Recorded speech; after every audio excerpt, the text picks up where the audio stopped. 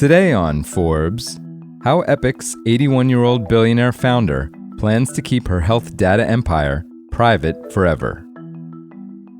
Judy Faulkner takes the stage at Epic Systems' annual customer meeting, where 7,000 healthcare industry executives have gathered.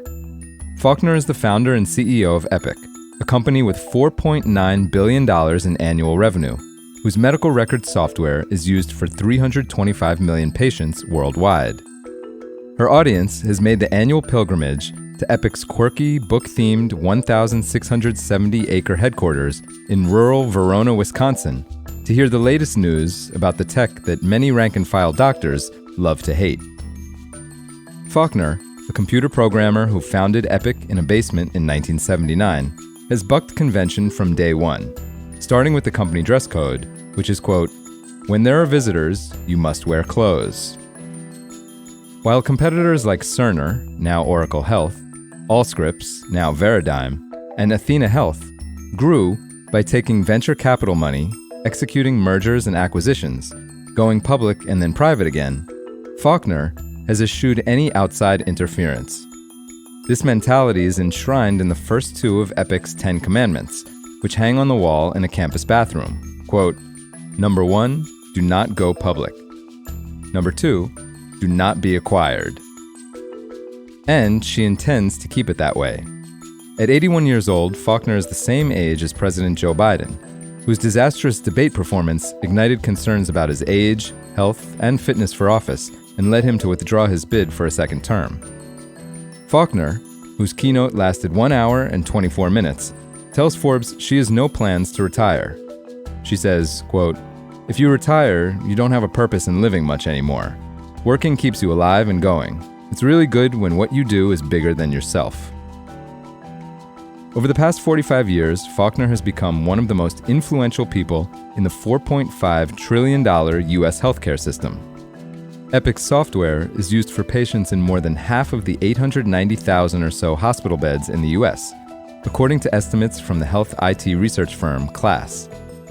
The big unknown is whether Epic's dominance will persist after its exacting, visionary leader is no longer at the helm. Plus, the hospital market is saturated. Epic's next stage of growth will have to come from inroads with new customer groups, like health insurers, medical devices, and laboratories. One such move recently prompted an antitrust lawsuit alleging Epic holds a monopoly on electronic health records, charges the company dismissed as, quote, "baseless." Forbes interviewed Faulkner prior to the lawsuit. Faulkner says she has already set a plan in motion to ensure that Epic remains private, independent, and employee-owned in perpetuity. She currently owns nearly half, or, quote, high 40s% of Epic, and Forbes estimates her net worth to be around $7.7 billion. Faulkner ranks number 154 on the 2024 Forbes 400 list, which we just released on Tuesday. The rest of the company is owned by employees and a handful of Faulkner's family members.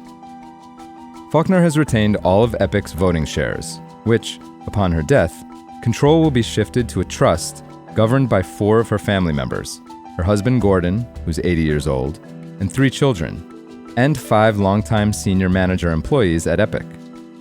In line with Epic's 10 commandments, she says the trust rules prohibit an IPO, sale, or acquisition, and stipulate that the next CEO, quote, "has always got to be a long-term Epic employee and a software developer."